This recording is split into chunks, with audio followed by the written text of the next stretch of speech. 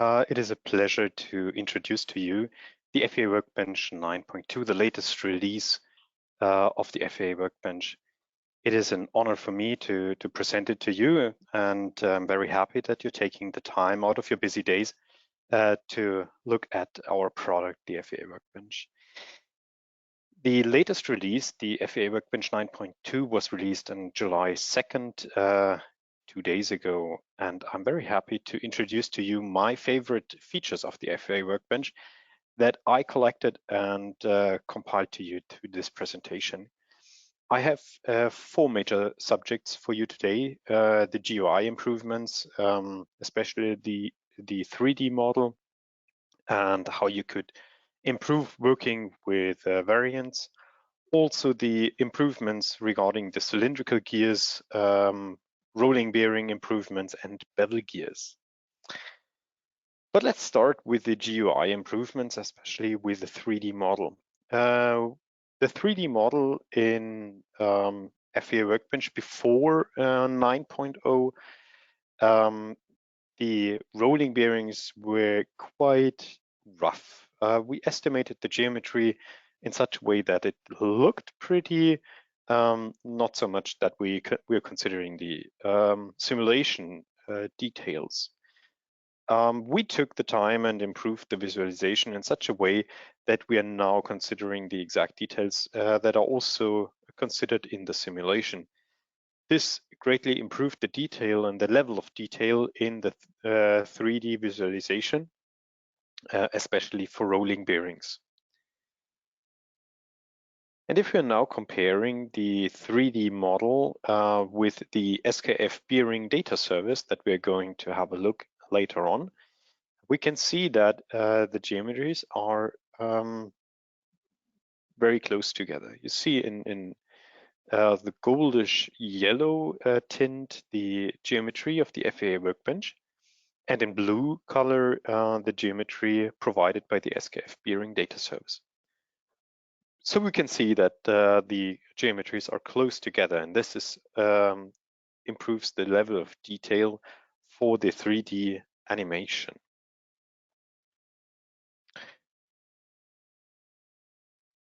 Let's have a look and go towards working with variants.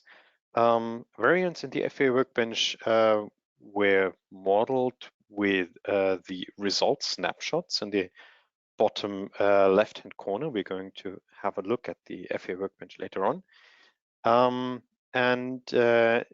In the past time, you had the opportunity to put 2 reports side by side and compare them line by line.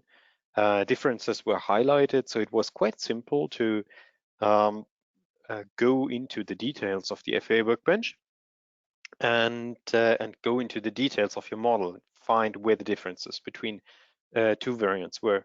However, it was not trivial comparing multiple variants. So if you had a series of calculations and you wanted to compare them, it was quite tricky, and you needed to export data via scripting or compare them side by side, 2 by 2, which is not very comfortable. So we found a way to optimally work with the variants.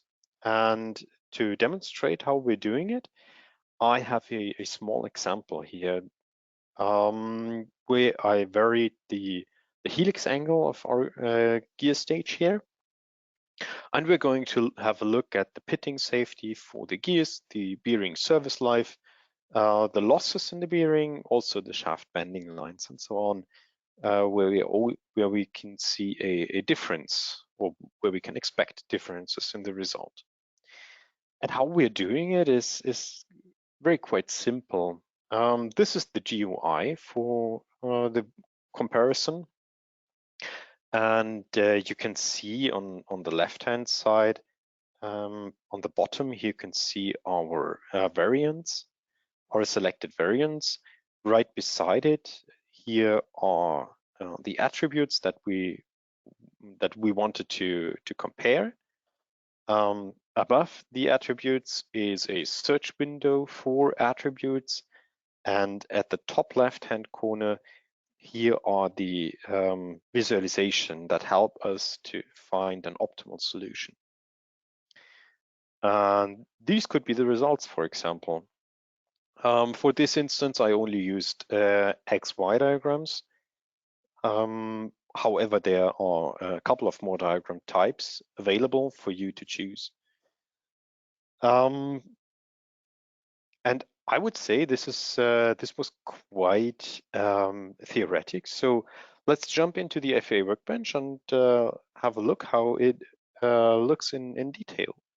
So this is the FVA Workbench, and here you can find a new button on the bottom left-hand side. This brings you to the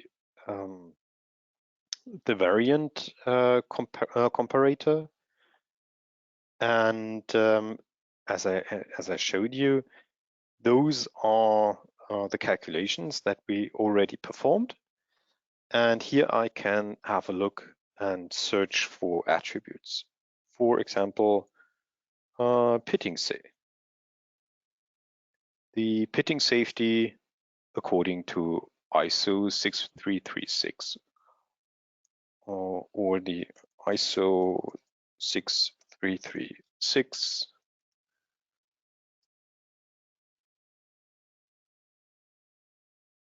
phase load factor, for example. However, it wouldn't be much fun if you watch me type and look for attributes. So I already prepared a comparison. Here I found the attributes for the helix angle, for the flank safety factor, the nominal rating life according to ISO 281 for my adjacent bearing, and I already prepared the comparison, the graphical comparison. For example, we can have a look at the bearing rating life over the helix angle and also the flank safety over the helix angle. Here you can see that we have two calculations that have not succeeded in calculating a flank safety factor. And this is due to the fact that the contact ratio was below 1. So we can start and deselect those two variants. And here we can see that now the diagram changes and the axis changed. So we can closely look at the differences. Also, we could look at the transmission error. So if we would be interested in the noise of our system, of our gears, we could look at the transmission error over the helix angle. And this is this diagram shows, as it might be expected, that we have an optimum for the helix angle. Please keep in mind that I did not change the gear modification for this calculation, so it was always the same modification, and we had no additional improvement of the contact. However, as it might be expected, with a helix angle of 12 degrees, which results in an optimal contact ratio, we find a minimum in our transmission error. So around 12 degrees might be a first contender of a good variant. The next what we could have a look is at the bending line, how the bending line changes with our helix angle. And here we see on the x coordinate, the coordinate of our shaft. This is the input shaft. And here we can see that for small helix angles, we have no misalignment in the gears. And with higher helix angles, we get a a strong misalignment in our gears. And this is also expected due to the fact that we're going to change the loading of our bearings and the stiffness of our bearings. And we're also changing how the forces in our gear system are acting on our gear system. So this is expected. And with a helix angle that we selected of 12 degrees, we would be somewhere around here. But this is what we could expect in a shaft bending line. If you would like to have an overview over all the components, over all the attributes of our gear system, we have a parallel coordinate diagram where we can see, for example, the shaft safety factor, the bearing life. This would be the losses in our rolling bearing, and those would be the transmission error. Here we could select, for example, low loss variants, and we can see that those are below 12 degrees. If you would like to focus more on the losses in our gear system, I already prepared that. Here you can see that above 13 degrees helix angle, we get a rising influence of the losses in our adjacent bearing. So with this new feature and the variant comparator, we have a simple tool in our toolkit to optimize our gear system. We're going to improve on this functionality in the future. We already have questions from some of our customers that have additional ideas what we could do with it. And if you find it interesting and would like to try this for yourself, please contact me and we can arrange a testing period and an extension of your licenses as well.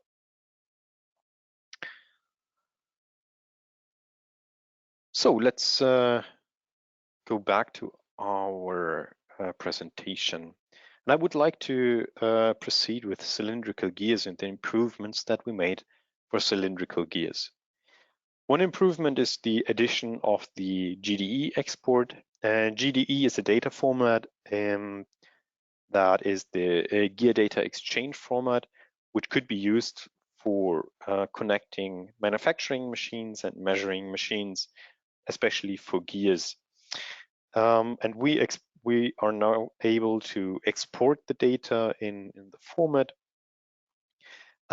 Importing a GDE file was possible for 4 years now, but it was only focused on special releases, recalculating a measurement. However, like one of our customers explained to us that the information flow is mainly manual, because currently they are printing out the document, they are walking with the document to the measuring machine and typing in the values from the document. And with the functionality now provided, they are able to read in the GDE file, make the measurement completely automatically, and go on and with the next measurement. So this is a huge improvement. Format sites, from formats, we are now supporting the GDE version 2.5 and the GDE version 3.4. If you are using currently a different format, please contact us and we would be able to add additional formats for you if you would be interested in such a functionality. We are now exporting all the relevant tags for a measuring machine. And this from the FVA-Workbench side can completely be automated via our scripting module. So exporting from the FVA Workbench to the measuring machine and importing the measured data to the FVA Workbench back, and find a fully closed, functional closed loop in such a way that if you have a complicated part that might not be sufficient geometrically, you can import the data into the FVA Workbench and compare it with the customer requirements and make sure that, or test whether it is sufficient for the customer requirements, which could be a great improvement. So you're not only judging a part geometrically, but also functionally. For the export, you also need measurement configurations, and you can specify them in the settings and the preferences of the FVA Workbench. There we set up 4 configuration types, and you can specify for example, the ball diameter that you're using, or the number of teeth that you would like to measure. So you specify that in the configuration and reference the configuration during export. The next improvement is regarding the K chart. The K chart is a chart that is could be used for judging the modifications. In the past, we only showed the modification, the nominal modification, and we also added the coordinates and the tolerances. The tolerances by default are taken from the gear quality. However, if you would like to specify your own tolerance, you can do that as well.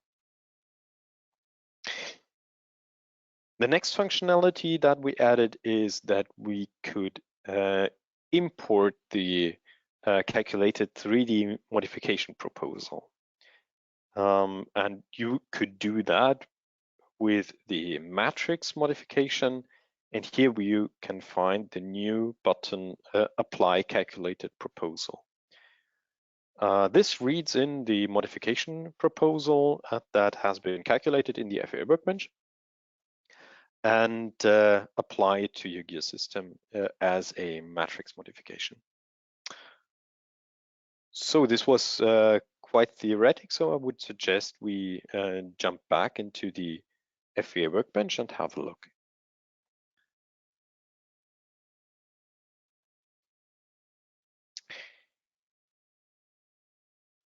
So I'm now using the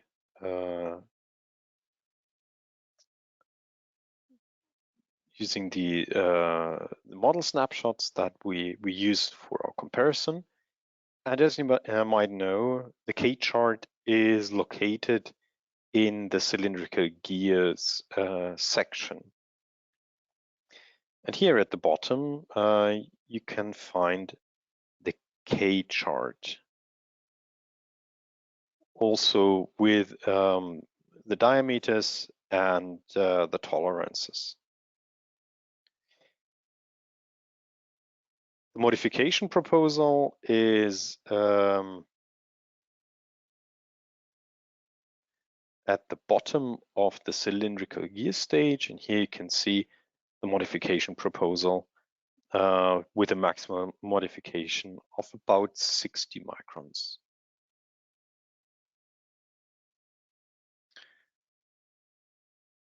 We can go back to our modification, enable the matrix modification, and apply the calculated proposal.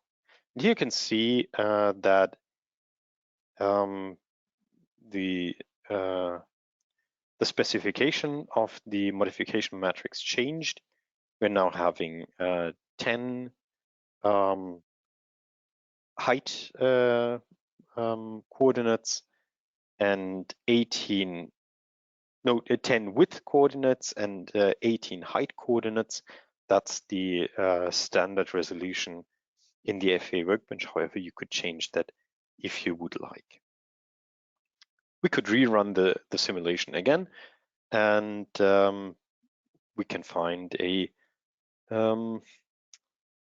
we will find that the applied modification is very close to our optimal calculation.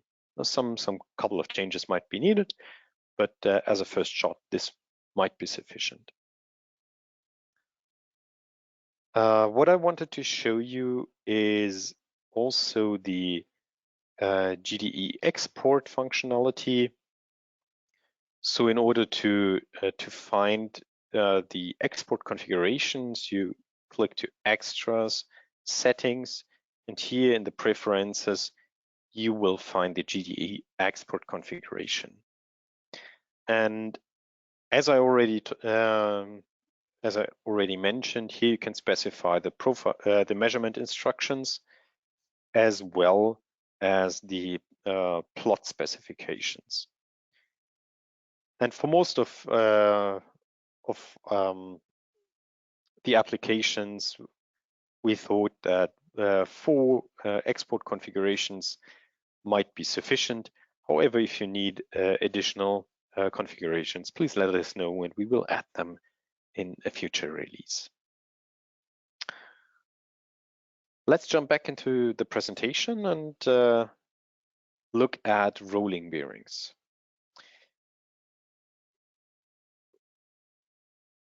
In the past, many of our customers requested us to add a clearance to stiffness elements. Stiffness elements, as you might know, are elements such as concept bearings, couplings, and shaft hub connections. For example, a spline connection. And with a radial and axial clearance in those elements, you now can greatly improve the level of detail in your system simulation.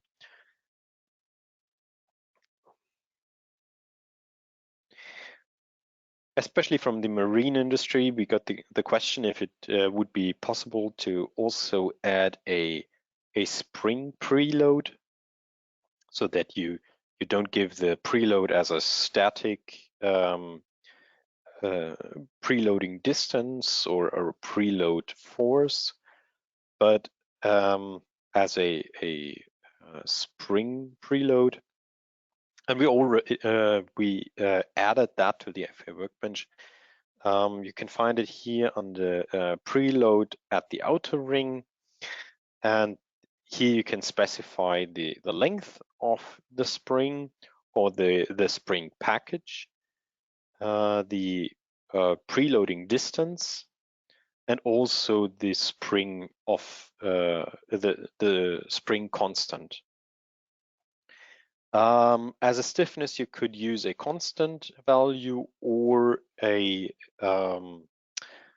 for example, if you have a system of springs with a progressive characteristic, you can add this progressive characteristic as data points and reference the data points here in the FVA Workbench.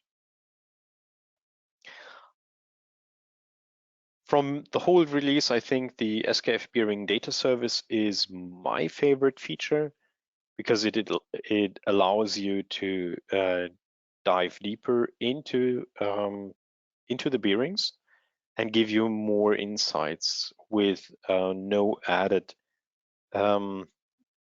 simulation time. In the past, we had and we are still having the SKF calculation service, where you could run simulations on servers of SKF, and they would take into account the bearing design, the roller design, and also the profiles. However, it since we had lots of communication with the SKF calculation service and then the service of SKF, it took a little longer than with the internal simulation. And we brought that up to SKF, and they proposed the bearing data service to us. And if you are logged in with your my SKF credentials, you could load the internal geometry and the roller design into the FVA Workbench and use the design for your system simulation. And this allows you to greatly improve the level of detail in your simulation and the level of reliability. The second benefit is, as you might know, the rolling bearing manufacturers, they're changing their catalogs, and they might vary the number of rollers, or with improved cleanliness of the material, they might be able to improve the load carrying capacity of the bearings, and this will result in the load ratings.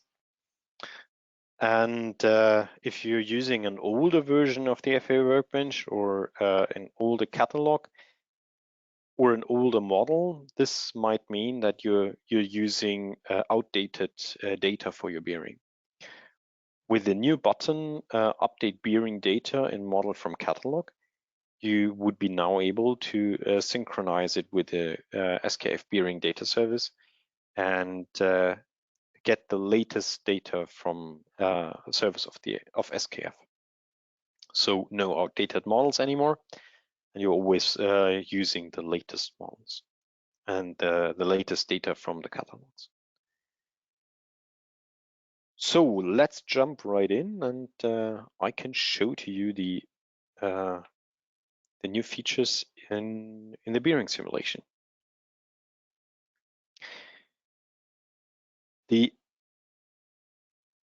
So per default, you could use the catalog bearing, and if you would like to use the internal bearing, the internal geometry, make sure that you have your credentials set in the preferences. Here under the section SKF services, input your SKF username and also your password. You could select or check the box obtain catalog bearings with internal geometry, and also you have to accept the terms of use. And then you could change from catalog bearing to catalog bearing with internal geometry. And we are now retrieving the data from SKF, so you can see it takes very little time. And here on the geometry tab, you get the information that we are now using the internal geometry from SKF. One remark from my side: please note that those are only the geometry of the roller and the number of rollers. However, it is not the oscillation or the profile of the rollers. In order to use those data, you still need to use the SKF calculation service. So it's a little less level of detail than the SKF calculation service, but it's much greater detail than just estimating the geometries.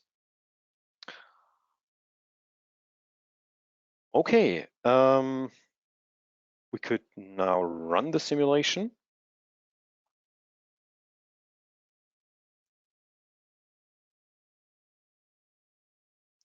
And for comparison, we are also using the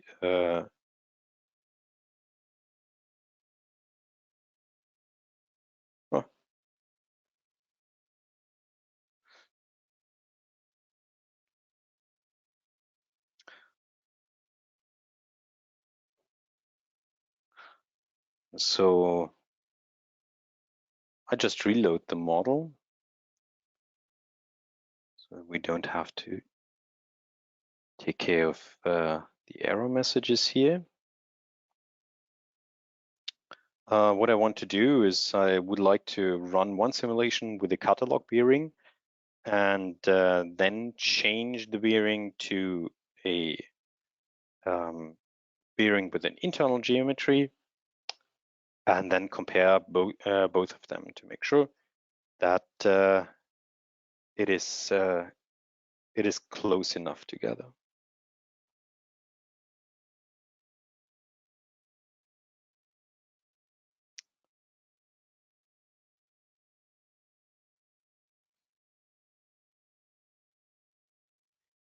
Let's compare a rolling bearing 17.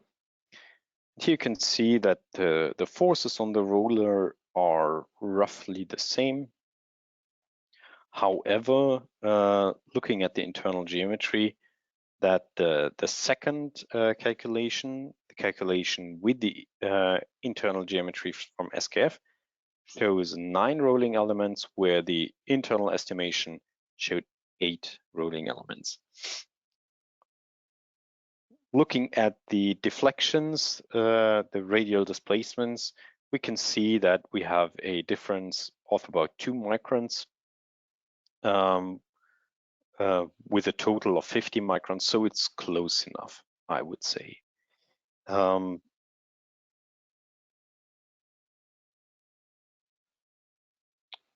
Also, if we would enable the bearing rating life,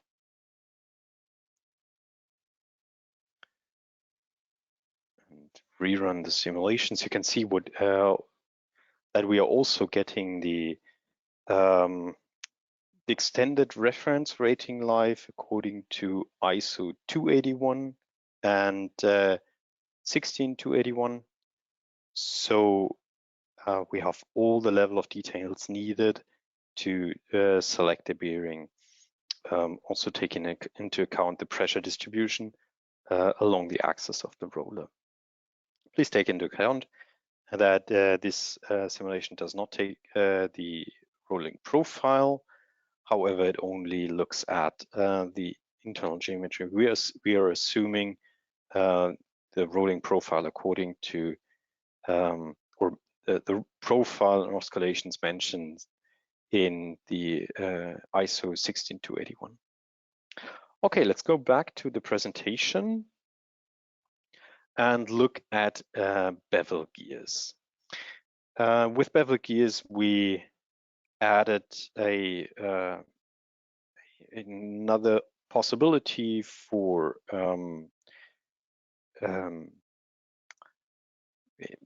compensation surfaces.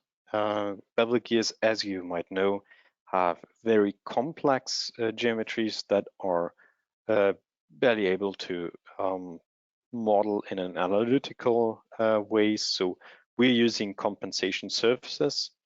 In the past, we used Bezier compensation surfaces. They were mostly good enough. However, if you have larger deviations, or if you have a tip relief, a larger tip relief, the Bezier compensation surfaces showed a larger deviations from the geometry, and the problem that arises from that I will show you on the next couple of slides. You can see that we have I have the Bezier compensation surface on the right-hand side and the NURBS compensation surface on the left-hand side. The NURBS compensation surface shows a maximum deviation of 1.5 microns, whereas the Bezier compensation shows a maximum deviation of -7 microns. That doesn't sound much, does it? If we look at the load-free distribution, a contact distribution, you can see that with a NURBS compensation surface, it looks somewhat familiar, whereas with the Bézier compensation surface, it looks strange. And with those kind of differences, we can see that this will have an effect on our pressure distribution, and this can affect it quite drastically. As you might know, NURBS parameters or NURBS surfaces are defined via NURBS parameters. I would like to show it to you how this could be done in order to give you an idea how to deal with those surfaces.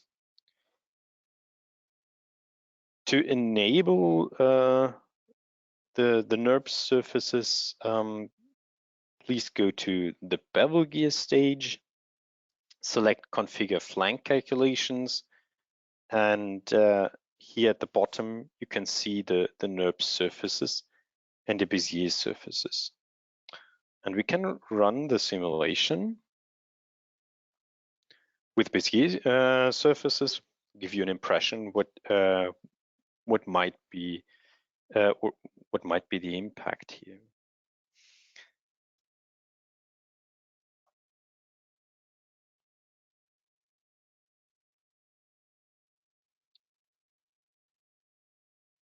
We're already getting a warning from the FVA Workbench that the average surface deviations are quite high.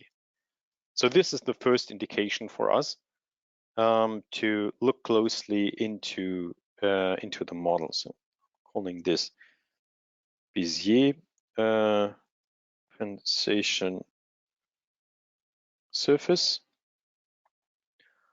and I'm going back to the NURBS compensation surface and rerun the simulation. As you can see here, we are parameterizing the NURBS compensation surfaces via so-called NURBS parameters. And if you're comparing the NURBS parameters from one flank to the other, the NURBS parameters look quite arbitrary. And this is due to the fact that you need to find a parameter set that represents the surface quite well.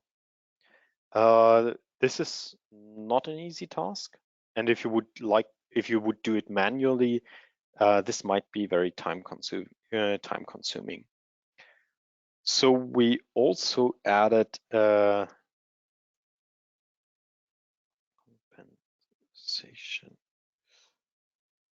We also added a we added a functionality that helps you find an adequate NURBS parameter set, and we're going to have a look at the NURBS optimizer in a second. For the moment, I would like to show you what's the difference between a good and the bad surface. This is the wrong report template. Just a second.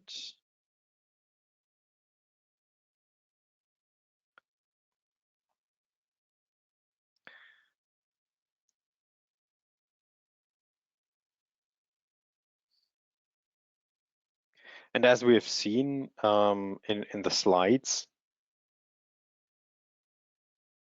the differences from a good and mediocre compensation surface could be quite drastic if we're looking at the spotting patterns. Here I have a rather good compensation surface for the NURBS parameters, and with the Bézier parameters, since I have a larger tip relief, resulting in a bad contact pattern or spotting pattern. This leads to quite drastic differences in line load. Here with the NURBS parameters, we can see that we have a nice crowning, and the crowning is not represented at all in the line load with a Bezier compensation surface.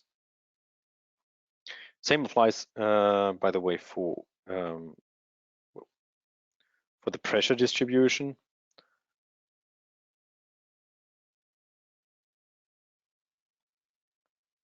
So it is always a good idea to have a look at the compensation surfaces, and especially on the max deviation. But let's come back to the question on how to find a good set of NURBS parameters. And as I already said, we implemented the NURBS optimizer.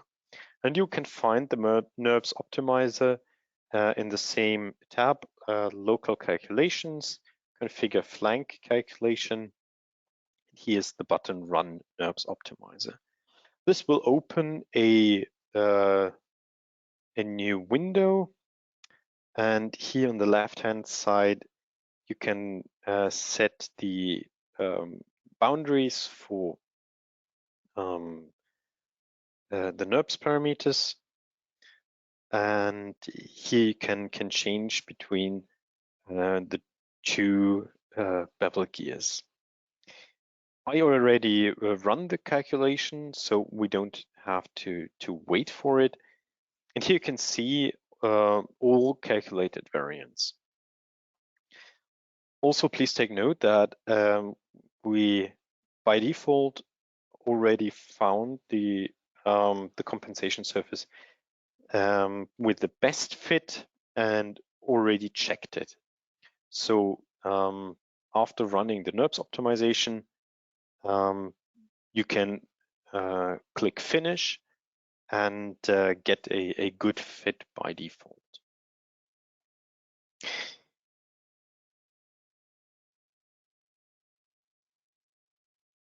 So this would be all from my presentation, and I would like to go over to your questions if you have some. Please, if you have a question, there's in the side panel the questions tab. You can input your questions here and I could answer them.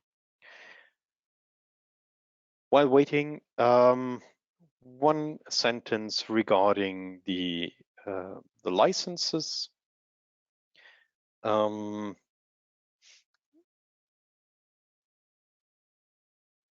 From what we've seen today, only the variations are working with variants, or this is a new model that you could try for free with limited capabilities with regards to the amount of attributes that you could use and the amounts of diagrams that you could specify. And if you would like to use it to the extent that I've shown it today, you can contact me and extend your license with the variant comparison. The GDE functionality extends the GDE module in the FVA Workbench. So if you're already owning the module of the GDE import, you get the GDE export for free. The K-chart and gear modification functionalities are included in the advanced edition, same as the stiffness elements and the spring preload. Hybrid bearings, I didn't went into that detail, is a new functionality for bearings. You could select a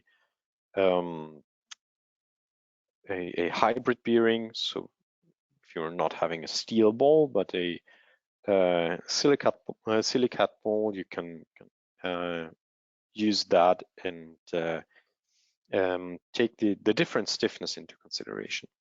The NURBS surfaces are an extension of the bevel gear functionality, so you don't need an additional module for that. if you're already owning the bevel gear calculation, you could use the NURBS feature from today on. I would like to thank you very much for taking the time looking at the latest feature of the FVA Workbench. This was my compilation of my favorite features. So I would like to invite you to have a look at the release notes. You can find them in the knowledge base of the FVA Workbench. If later on you have questions to the new features, or you would like to try some functionalities, please reach out to me and we can arrange a test or an extension of your license. I would like to thank you for your time and for your interest, and would like to hear from you soon. Have a great day. Bye-bye.